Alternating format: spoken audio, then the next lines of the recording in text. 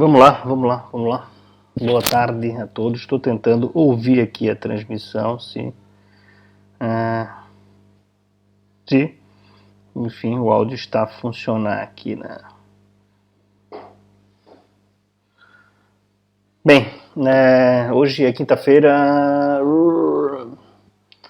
26 de março, caminho aí para o 15º dia da quarentena, e estou aqui nesse projeto que não tem ainda um propósito definido, a não ser tentar compartilhar ou partilhar, como todo mundo anda fazendo nesse período, o que sabe fazer. Então, eu escrevo. Se eu fosse chefe de cozinha, eu estava cozinhando para vocês, ou fazendo um curso de yoga. Não tem nenhuma pretensão aqui de ser uma atividade, de ser uma aula. É mais um momento que se passa aqui, passamos juntos aqui, para tentar, enfim, experimentar essa relação. Afinal, há um mito que escrever um ofício solitário, mas será que realmente é um ofício solitário? Hoje em dia até a solidão é partilhada, e essa é mais ou menos o propósito dessa história. O livro começou a ser escrito na semana passada, tem mais ou menos 10 dias aí,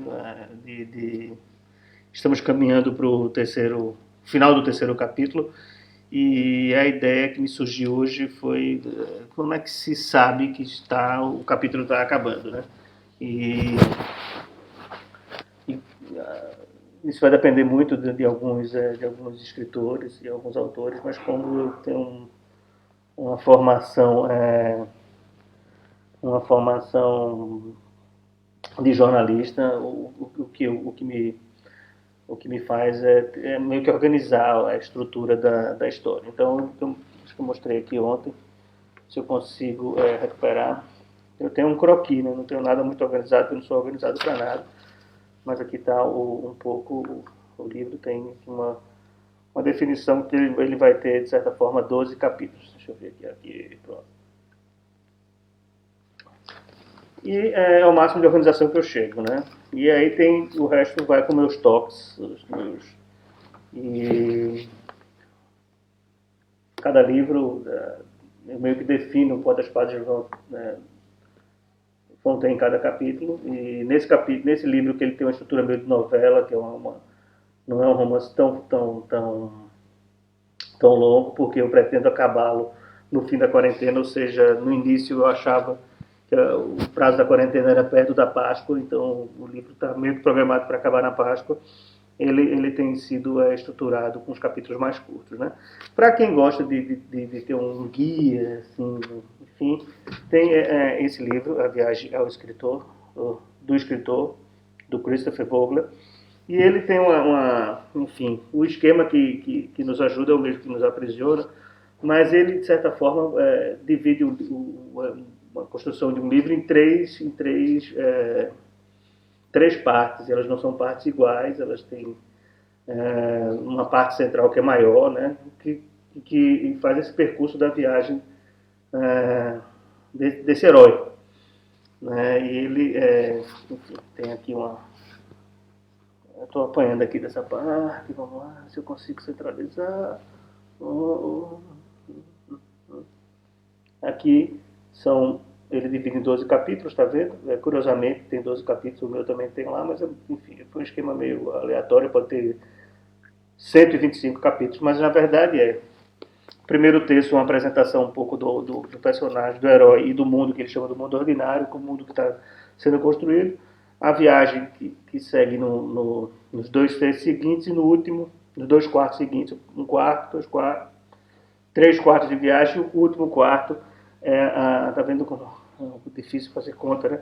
O último quarto é essa parte que chega aí no fim. Então, estamos acabando o terceiro capítulo aqui, seria mais ou menos o início da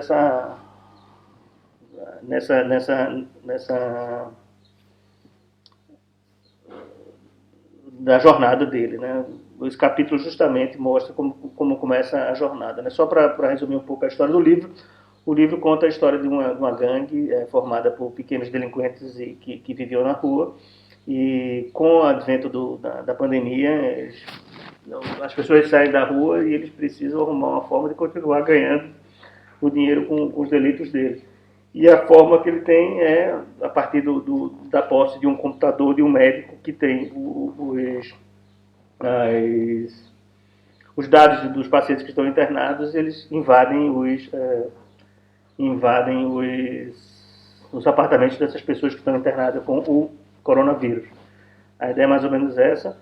O terceiro capítulo mostra um pouco o modus operandi dele, e eu vou terminar o capítulo. Como é que começou esse capítulo, né? A pergunta inicial ali do copy.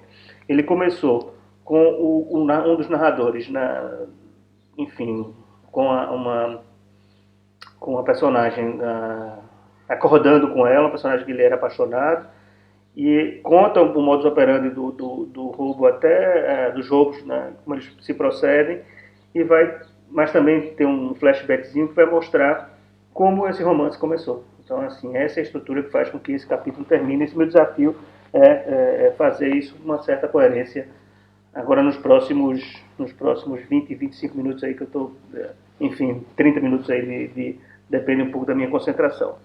Eu vou rodar um pequeno vídeo de 10 segundos. Quando voltar, a gente já vai estar com a página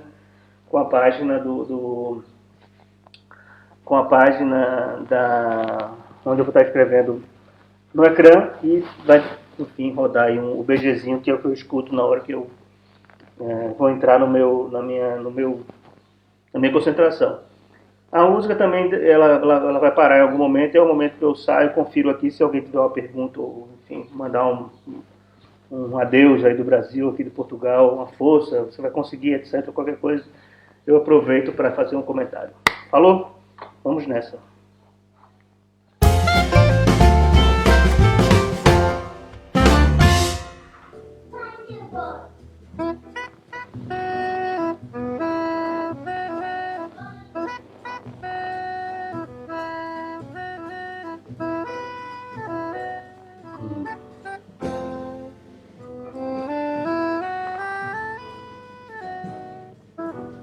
Pois bem, esse é o terceiro capítulo, então vou só mostrar aqui um pouquinho do terceiro capítulo, como é que ele começou. Então, ele começou com o personagem, esse capítulo é em primeira pessoa, né? Tem outro personagem que conta essa história também, mas esse outro capítulo é em terceira pessoa. À noite, quando for começar, se a gente conseguir o quarto capítulo, eu falo um pouquinho dessa história de mudar as pessoas. Lembre que isso aqui não é aula, isso aqui é uma troca de ideias. Se você tiver uma ideia do outro lado, pode falar. Então ele começa com acordei como se despertasse para um sonho. Afinal, ao meu lado estava ela, ruiva, que é enfim, a prostituta, né, um dos delinquentes lá que compõe essa gangue, né? E quem conta a história é o mágico, que é o batedor de carteiro, o carteirista aqui em Portugal, como se chama, né? Passei um tempo olhando para o corpo esguio, a mover-se para cima e para baixo, no compasso de uma respiração profunda. Um raio de sol escapou o bloqueio da cortina e o raio acariciava sua pele. Na penumbra do quarto, o corpo iluminado da ruiva, o corpo da puta que eu amo, parecia como de uma santa. Então há um contraste aí. Aí agora, na verdade, uma narrativa dele sobre como foi a aproximação dele com a ruiva, e isso conta também um pouco como era o modus operandi dos roubos que essa gangue estava fazendo nesse processo, certo? Então eles entram no computador do médico, o médico também está internado, o médico era cliente da prostituta, da ruiva, e eles conseguem aceder à lista lá do Sistema Nacional de Saúde, com a morada e o nome das pessoas, e fazem uma pequena pesquisa para saber se a pessoa mora só, pelas redes sociais, se vale a pena o risco, invade o prédio e rouba o que tem no apartamento, né? Nesse momento que parou aqui o terceiro capítulo, é o aniversário do mágico, desse carteirista que está contando a história. A alcunha dele é o mágico, e ele está entrando escolheram um apartamento de um chefe que está internado, ou seja, para fazer a festa de aniversário, a festa surpresa dele. E ele começa a entrar no apartamento aqui na companhia da ruiva.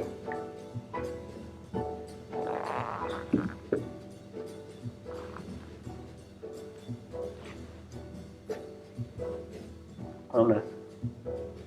Deve ter passado mais tempo assim do que recomendado.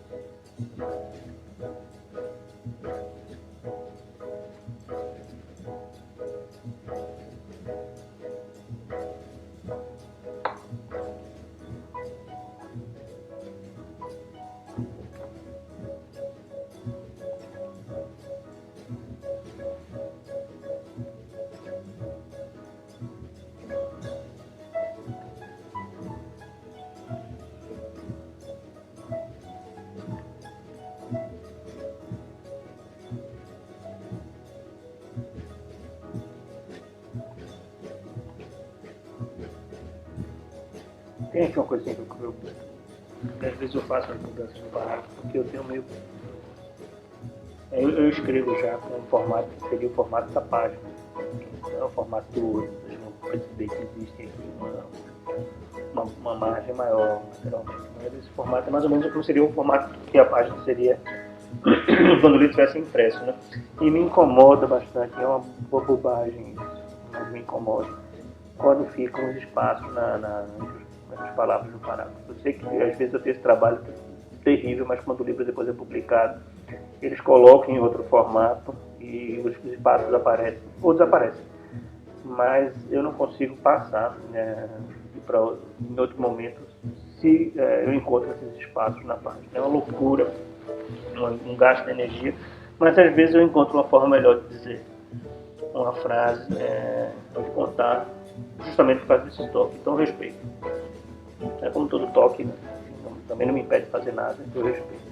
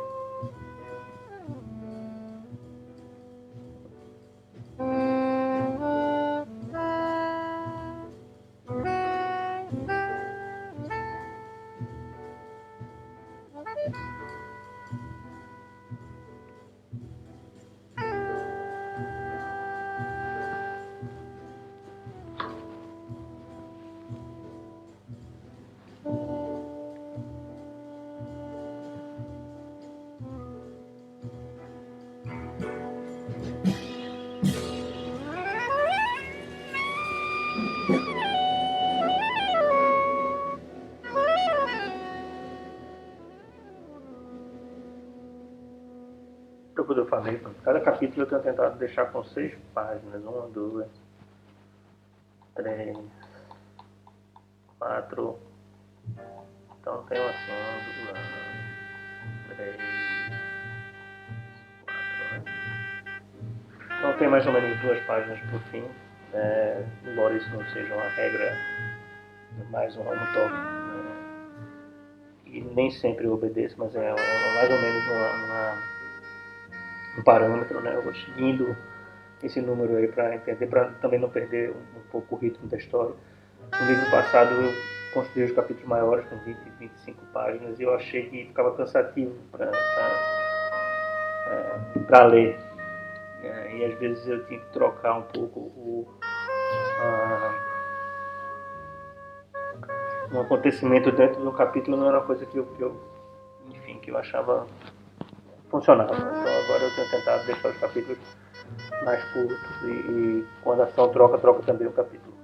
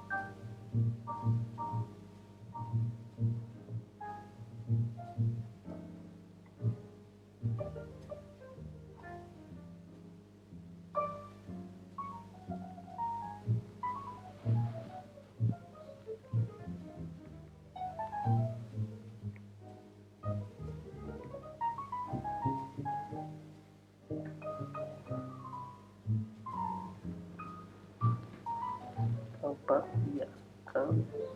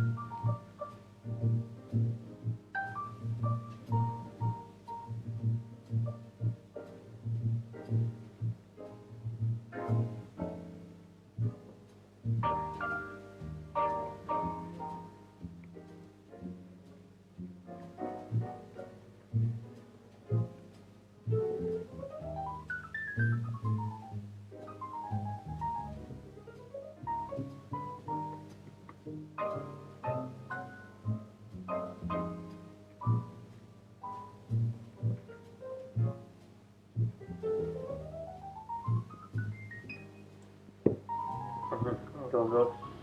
Também tem campeonato frequente, esperamos só os outros. O Luiz está alguém no apartamento.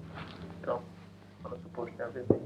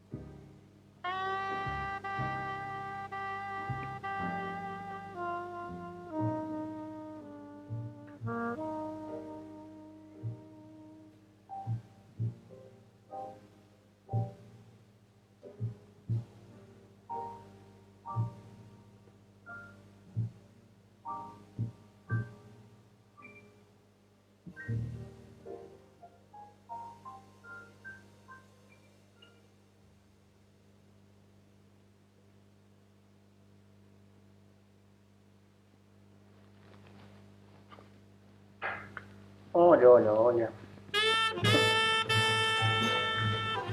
Depois eu vou conversar com vocês aí. Deixa eu dar uma paradinha. Obrigado aí pela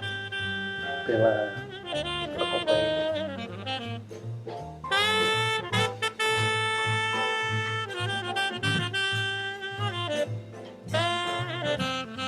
Se quiser ter algum no apartamento, eu vou fazer visita.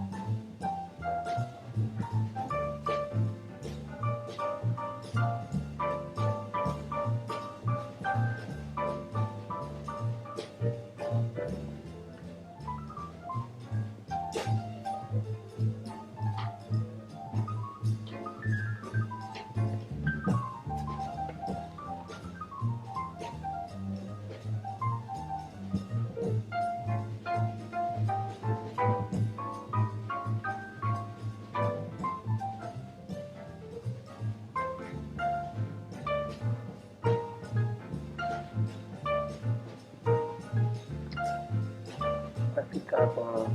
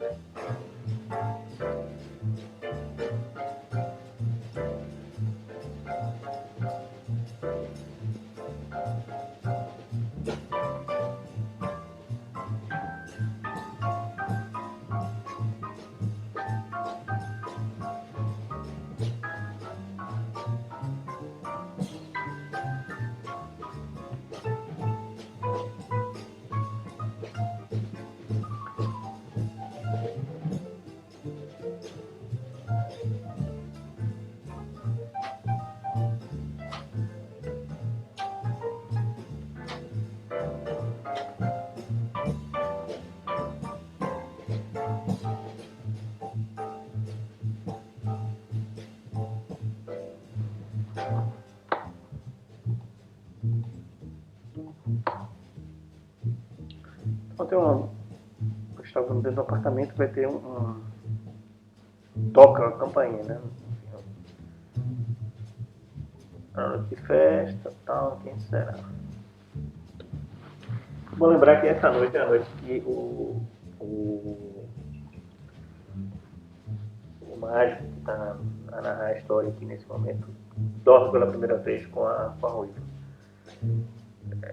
Seria muito estranho isso acontecer num petit comitê com 4 pessoas, enfim, é que os outros 2 iriam ficar fazendo, né? Não havia ainda uma relação estabelecida para que fosse respeitado. Então, o que a Ruiva fez? Né? A Ruiva que se criar um clima para que eles 2 pudessem ficar um pouco a sós e ter esse momento de intimidade, né?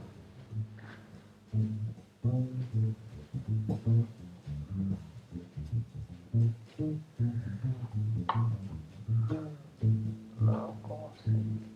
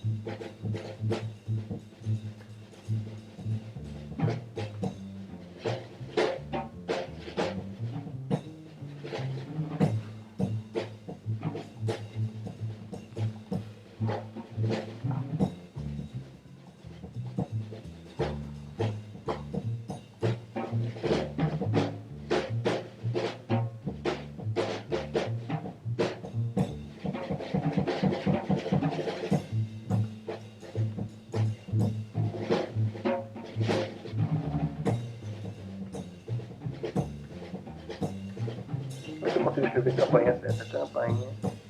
Isso.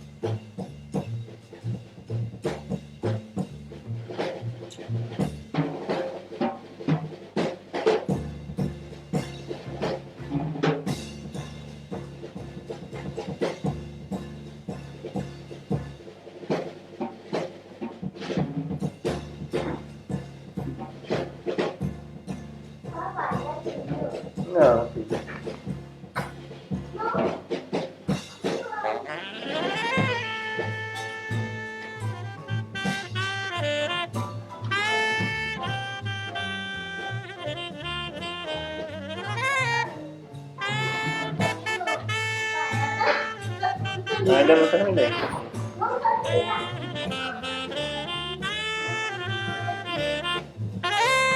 Daqui a pouco eu termino.